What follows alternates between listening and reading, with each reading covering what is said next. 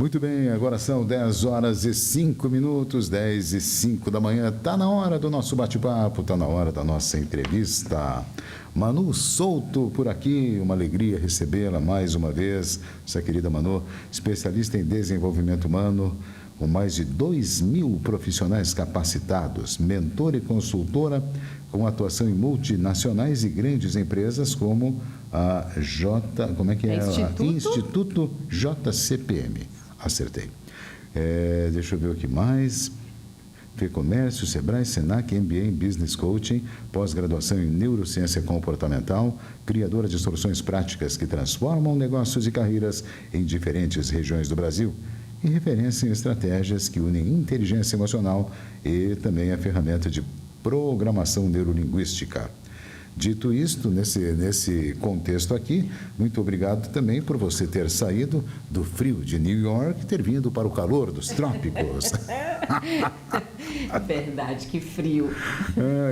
Deixa eu te pedir, falar um pouquinho mais centralizado aí. Maravilha. Tu já é de casa aqui, viu, Manu? Em primeiro lugar, sinta-se em casa aqui, tá? E em segundo lugar, já vou te perguntando, como é que tu está vendo esse cenário atual de liderança no Brasil, entre pequenos, médios empresários? A gente comentava antes, fora do ano, né, de uma carência de mão de obra. Até hoje eu vi também que algumas áreas estão sendo diferenciadas e nos Estados Unidos também, onde você estava, não é diferente, porque lá tem gente saindo da universidade, indo para a construção civil, que paga o equivalente a R$500 mil por ano. Quer dizer, um cenário variado, um cardápio para todos os gostos, né, minha amiga? Bom dia. Bom dia, um prazer estar aqui de novo. Realmente, eu sou de casa, já me sinto aqui. Esse currículo eu tenho que atualizar, hein? Exatamente. Eu estou com mais moral aí. Quem fez o currículo, hein? Na verdade, não é quem fez aqui que está errado, não, porque realmente essa informação está lá no Insta, mas eu tenho que atualizar, porque muitas coisas aconteceram da última vez que eu estive aqui, né? Graças a Deus.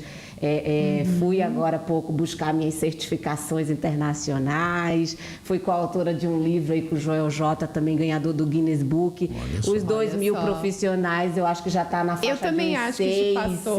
Já passou demais. Mas eu fiquei pensando que 2.000 não é só isso, né? Já passou muito. Atendi agora grandes empresas que, nossa, só um treinamento tinham 3.000 pessoas. Então, existem... Já passou de 6.000. Muita coisa linda acontecendo, né? Agora eu expandi também a questão da mentoria do meu processo, então eu tenho agora mentorados em Boston, mentorados na Espanha, mentorado em Nova York. Eu estou agora Internationation. Eu estou metida, gente, meu cachê vai ter que aumentar aqui. Meu Deus Aumenta do céu, meu cachê. Mas então, falando dessa questão, né, que bacana a informação que tu trouxeste, porque agora, nessa minha última ida lá, passei quase 20 dias e foi uma viagem diferente, porque foi meio que um intercâmbio mesmo. Eu fui na vivência, eu estive com brasileiros, inclusive. Eu visitei um bairro em Boston, que é Everett, que só tem brasileiro, até não se escuta inglês, é português. E como está forte a questão da construção lá civil, como tem latino, como tem imigrante lá trabalhando, né, nessa parte, justamente por conta dos ganhos, enfim. A maioria dos brasileiros filhos que nasceram lá, inclusive, são de lá, mas são filhos de brasileiros, eles abdicam a universidade, abdicam os estudos por conta dessa contrapartida financeira que é muito grande. Então, essa informação que você trouxe é verídica. E como eu estava conversando com a Lu agora no intervalo, né, a escassez de mão de obra, ela não é só uma problemática da região de São Miguel, porque a gente escuta muito aqui, né? Sim. Ela é mundial.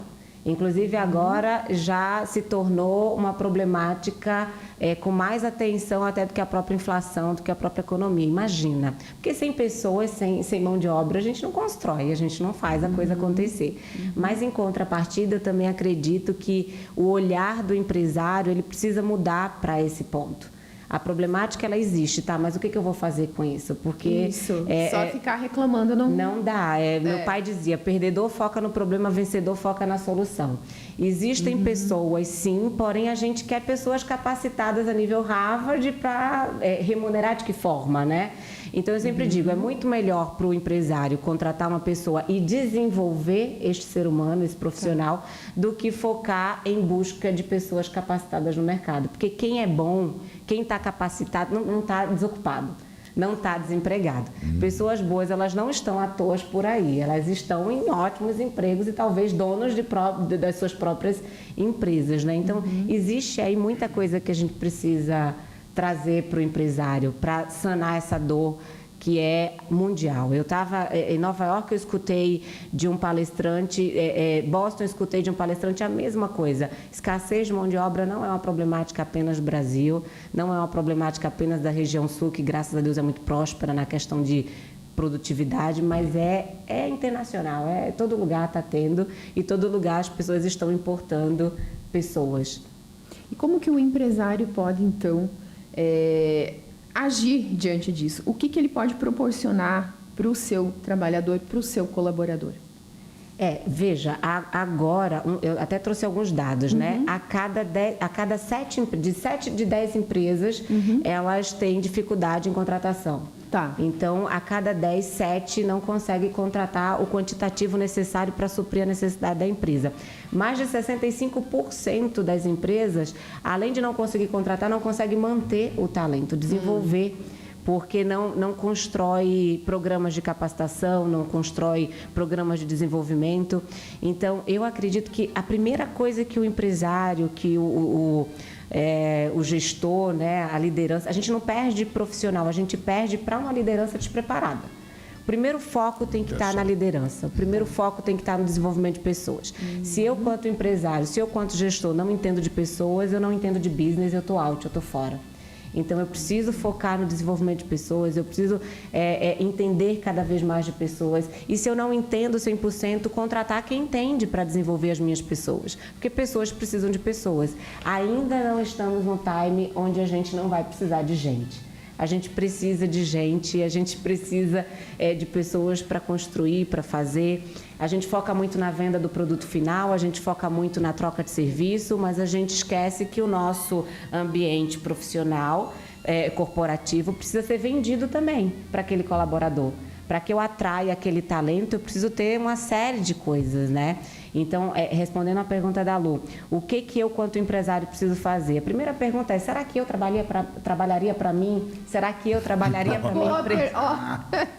Primeira reflexão. Será que eu gosto de estar aqui nessa empresa? Será que essa empresa me atrai? E eu não falo de ganhos apenas financeiro.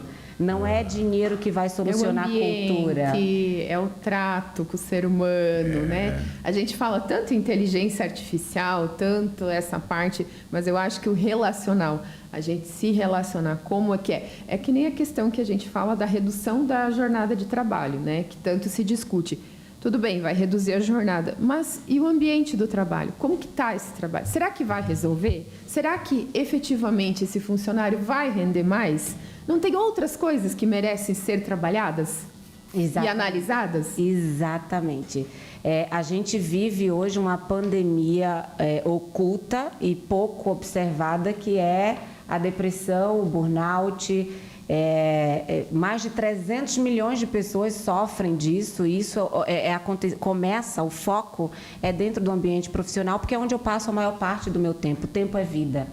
Então, a maioria das pessoas, elas nem sabem o porquê que estão aqui nessa terra, não tem entendimento de propósito, estão dentro de um ambiente profissional apenas porque tem que pagar conta, enfim, porque foi condicionado aquilo, e ali começa-se um adoecimento, que é a maior, hoje, estatística de doença, ganhou do câncer, inclusive, ganhou de inúmeras doenças que antes eram top 1, tabagismo, enfim, a depressão hoje está top 1, o adoecimento mental hoje é uma coisa que a gente tem que olhar e não normalizar, e o foco está nas ambiências profissionais, no corporativo. E ali começa toda a problemática, o conflito. Nós fomos treinados para liderar um mundo que não existe mais. E a gente fica dando murro em ponta de faca. Eu vejo que os gestores, eles perdem o game no primeiro momento onde eles tentam ser chefe. Chefe não existe. Hoje a liderança, ela é uma habilidade. E aí a gente quer treinar, a gente quer liderar um mundo inexistente, porque a gente foi treinado lá pelo nosso pai, pela nossa mãe, pelo nosso primeiro chefe, e esse mundo, ele é inexistente. O jovem está com outro olhar, com outra necessidade, essa geração não acolhe o que a gente acolhe. Pergunta se eles estão preocupados com o negócio de sujar a carteira.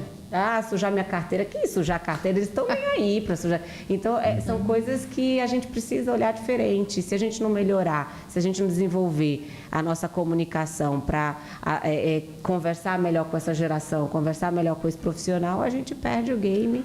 E tu sabe que agora, inclusive, tem mudança legal quanto a isso, né? Vira a partir aí de, estava olhando aqui, 25 de maio, não, deixa eu ver aqui, nós teremos, eu acho que é mês de maio, não sei, nós vamos ter uma abordagem diferente sobre a avaliação de riscos psicossociais por parte aí das empresas, com uma responsabilização, é a chamada mudança da NR1, a partir de maio de 2026. Ela está sempre sendo prorrogada, na verdade, né? Só se prorrogar de novo. Pois é. E o que mais me impacta, o que mais me choca, e há pouco tempo eu escutei isso de um empresário daqui da região, Manu, agora eu tenho que cuidar da saúde mental dos meus colaboradores, agora eu tenho que... Eles estão mais preocupados com a fiscalização da NR1 do que com a implementação dela. De métodos.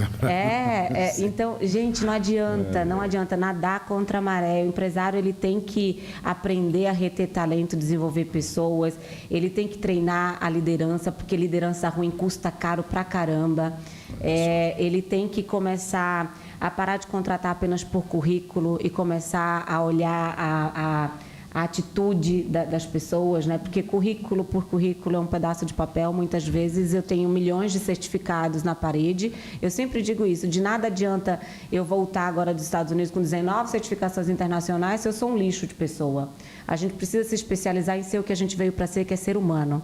Então, eu sempre digo que, para além do currículo, para além das certificações, eu preciso olhar para aquela pessoa e entender que ela é um ser humano e que ela merece e que ela tem direito de ser desenvolvida antes de qualquer coisa. Vocês sabiam que mais de 70% das pessoas que pedem demissão não pedem da empresa, pedem da gestão? Eu peço demissão da gestão, eu me demito por causa do gestor e não por causa da empresa. Às vezes eu até amo o que eu faço, amo o meu trabalho, mas a liderança, ela é incompetente, né? Então, isso é muito grave. São mínimas coisas. 83% das pessoas fariam muito mais do que já fazem se recebessem um simples obrigada.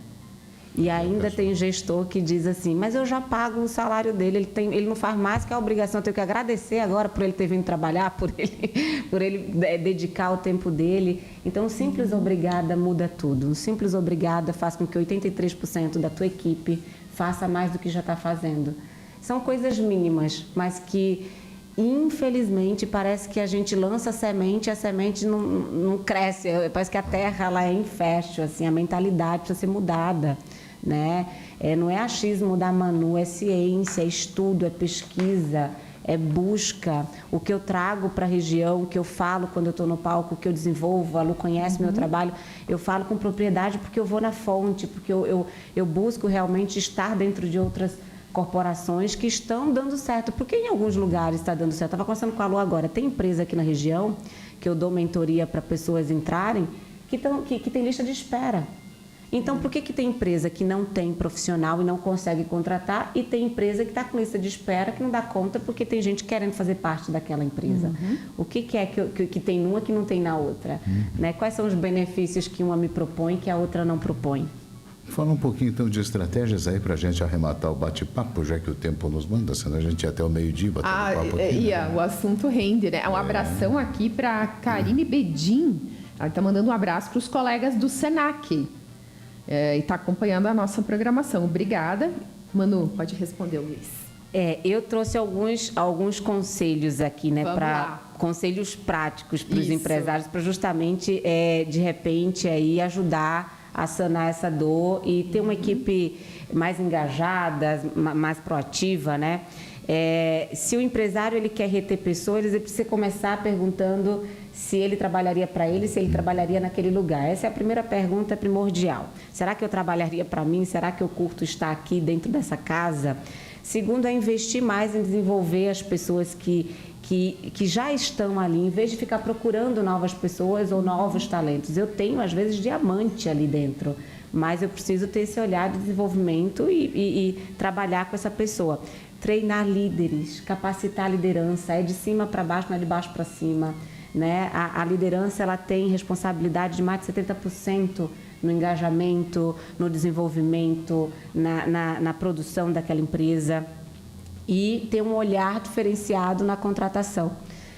As entrevistas hoje, eu vejo o pessoal de RH, gestão de pessoas, né? Na entrevista eu já preciso ter um olhar aguçado para aquele talento. Eu preciso melhorar até as perguntas que eu estou fazendo, porque eu acho que tem coisa muito arcaica, sabe? Eu acho que a gente realmente está ali, como eu falei no início, a gente foi treinado para liderar um mundo que não existe mais e a gente precisa se adaptar. Não é aquele que está mais bem preparado para o mercado que vai conseguir vencer, é aquele que tem mais adaptabilidade para se deparar com as situações e ir mudando, e se adaptando, e navegando. Não contra a maré, como está a maioria. Pois é, eu imagino.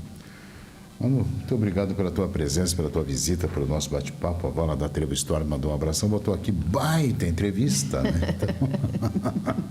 Então... Depois vai para o nosso canal no YouTube, quem quiser compartilhar. Eu acho que tem muita gente que vai querer lembrar de algum empresário, de um empreendedor, né?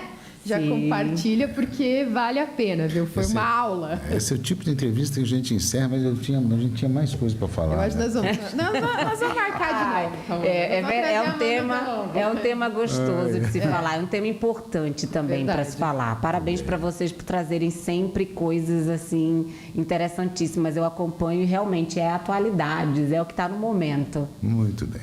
Obrigado, minha amiga, mais uma vez. Parabéns pelo teu trabalho, tá? Aqui é a sua casa. Quando tu vieres, acho que foi a segunda, quando tu vieres de novo, vai poder pedir uma música também. Isso aí, na próxima pode pedir música. Então tá, gente, o nosso bate-papo super agradável, super interessante com a Manu Souto para o 001 despachante, está com documento atrasado, IPVA vencido, multas acumuladas, lá você resolve tudo de forma prática e sem complicação. Aqui os débitos podem ser parcelados em até 18 vezes o cartão. Chame no WhatsApp 36220001, despachante 001, agilidade, confiança e tudo em dia para você seguir na estrada.